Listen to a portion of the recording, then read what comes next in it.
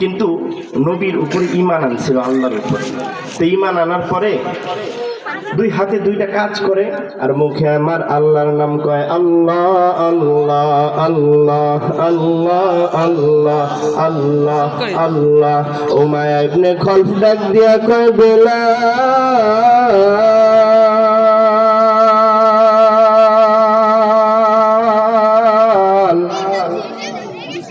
জবান নারায়া নারায়া কেন, কি জপতেছ? কয় আমি আমার মালিকের নাম জপি। এই কলিজার টুকরা সোনামণি, পিছে দুষ্টুমি করতেছ, আমার চোখ কিন্তু আছে, দাঁড় করে দিলে অপমানিত হইবে, আমার দিকে তাকাও, আর কোনো দিকে নজর দিও না। আব্বু অল্প সময়ের মধ্যে আলোচনা গুছিয়ে দিতে বলছে, অল্প সময়ের মধ্যে আলোচনা গুছিয়ে দেব। নবীর সাহাবী বেলাল জবান নারায়া নারায়া আল্লাহর নাম জপে। উমাইয়া ডাক দিয়া বলে, বেলাল বেলাল রে, জবান নারায়া কি বলতেছো? বলে আমি আমার মালিকের নাম জপি।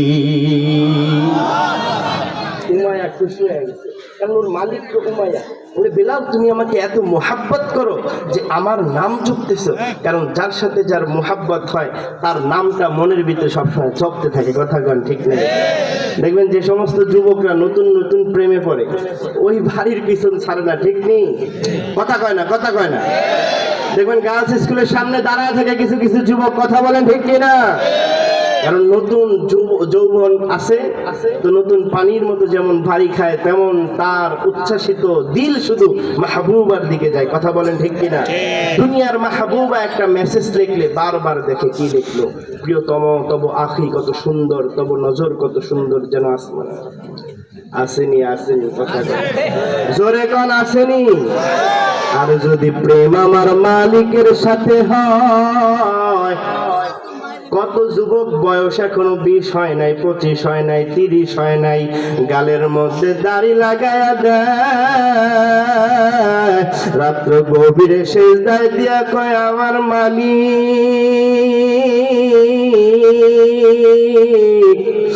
আমার আল্লাহ আমার আল্লাহ আমার আল্লাহ। কথা বলেন ঠিক কিনা? কারণ যে যারে চেনে সে তারে কেনে বন্ধু। যে একবার মালিকের পরিচয় পায়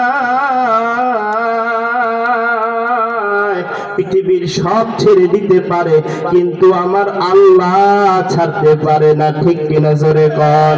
বেলাল কয়, আয় উমাইয়া, আমি আমার মালিকের নাম জপতেছি। কয়, মান হুয়াল মালিক, তোমার মালিককে? কয়, আমার মালিকের নাম আল্লাহ। সুবহানাল্লাহ।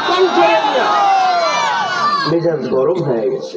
কয়, বেলাল তুমি কি মুহাম্মাদের আল্লাহর উপরে ঈমান আনছো? বেলাল ডাক দিয়া কয়, উমাইয়া,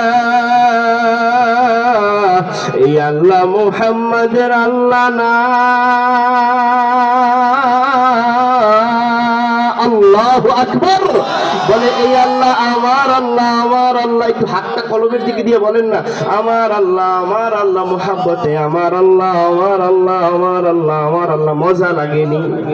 জোরে কন্যা, মজা লাগেনি? উমাইয়ার মেজাজ গরম হয়ে গেছে। ডাক দিয়া বলে, আবু জাহেল আমার গোলাম, আমার বাড়িতে খায়, আমার কাছে থাকে, আমার পরা আমার জিনিস পরে, এরপরে মুহাম্মদের উপরে ঈমান আনছে। কয়, গলার মধ্যে রশি লাগায়া দাও। আরবের দুষ্ট কাফেরদের হাতে রশির আগা দিয়ে দিছে। এরপরে উত্তপ্ত বালুর মধ্যে, ঘটনা বলা উদ্দেশ্য না, সকলেই জানেন, শুধু বুঝাইতেছে ঈমানের পাওয়ারটা কেমন। বেলালের গলার মধ্যে রশি লাগাইয়া উত্তপ্ত গরম বালুর মধ্যে বেলালকে টানে। বেলালের চোখ দিয়ে দর দর করে পানি পড়ে। বেলাল ডাক দিয়ে বলে, এ নবীর সাহাবীরা শোনো,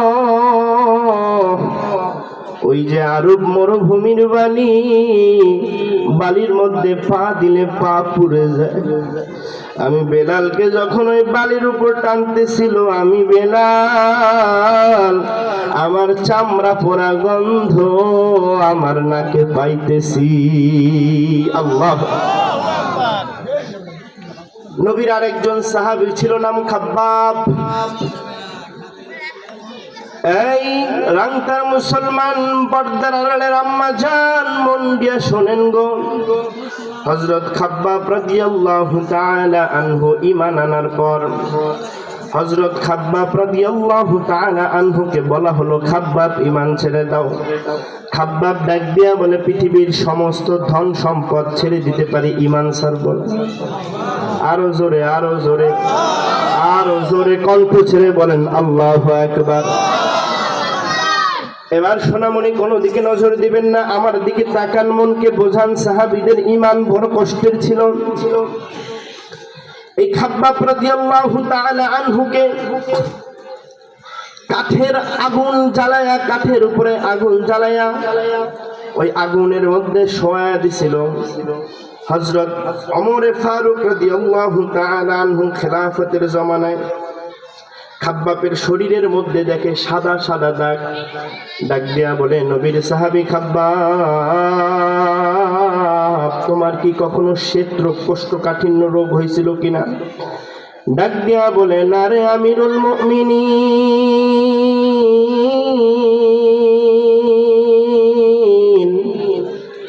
এই সাদা সাদা দাগগুলো আমার কোনো রোগের দাগ না, বরং আমি খাব্বাব যখন ঈমান আনছি,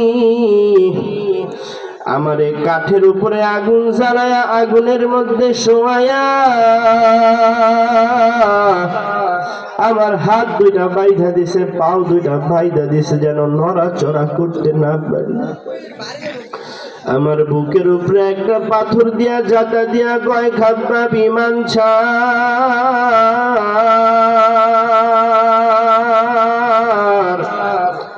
খাব্বাব নিজের জিহ্বাটা টান দিয়া বের করে হযরত ওমরকে দেখায়, জিহ্বার মাঝখানে কোনো গোশত নাই। খলিফাতুল মুসলিমিন ওমর ডাক দিয়া কয়, খাব্বাব, তোর জিহ্বার মাঝখানে গোশত কোথায়? খাব্বাব ডাক দিয়া কয়, নবীর সাহাবী, এটাও আমার রাসূলের ভালোবাসার চিহ্ন। যখন আগুনের উপরে শোয়া বলতেছে, খাব্বাব ঈমান ছাড়, আমি খাব্বাব বলছি, পৃথিবী ছেড়ে দেওয়া যাবে, ঈমান ছাড়া যাবে না। আমার জিহ্বার মধ্যে একটা লোহার আংটা টানাইয়া,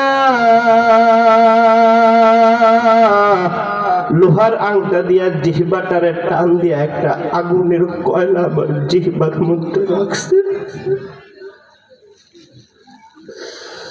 খাব্বাব ডাক দিয়া বলে, আমিরুল মুমিনিন,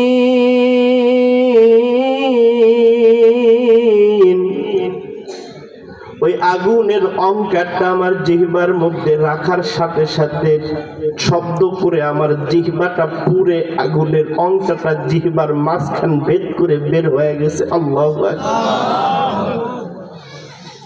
আমি চিৎকার দিয়া বলছি, মালিক, তুমি আর আমি, তুমি আর আমি, তুমি আর আমি। ওমর ডাক দিয়া বলে, খাব্বাব, এত কঠিন নির্যাতন কেমনে করে সহ্য করছো? হযরত খাব্বাব ডাক দিয়া বলে, আমিরুল মুমিনিন,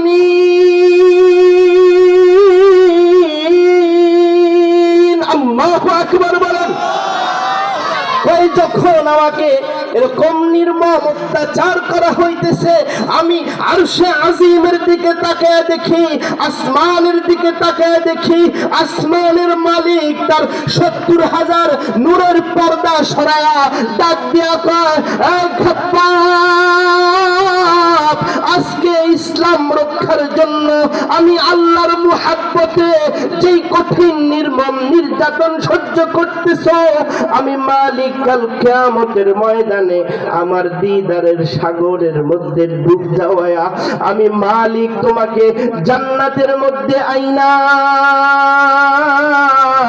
আমি মালিক কাল কিয়ামতের আমার কুদরতের কোলের মধ্যে উঠায় রে খাব্বাব এই নির্মম অত্যাচার সহ্য করার প্রতিদান দেব। আউলিয়ারা কারে উকবা ইখতিয়ার, জাহেলারা কারে দুনিয়া বখতিয়ার। একটু চিৎকার দিয়ে বলেন আল্লাহু আকবার। আলোচনা চলবে না, শেষ করে দেব। যদিও আপনাদের চাহিদা চলবে, তবে অল্প সময় গোছায় দেব। এজন্য ঈমান আনার পরে কি করতে হবে ভাই? জোরে কন, জোরে কন। আল্লাহর রাসূলের কাছে সাহাবীরা আসছে, আয়েশা ডাক দিয়ে বলতেছে, ইয়া রাসূলুল্লাহ, ইয়া হাবিবাল্লাহ, আইয়ুল আমালি, আপনার কাছে সবচেয়ে কোন আমলটা বেশি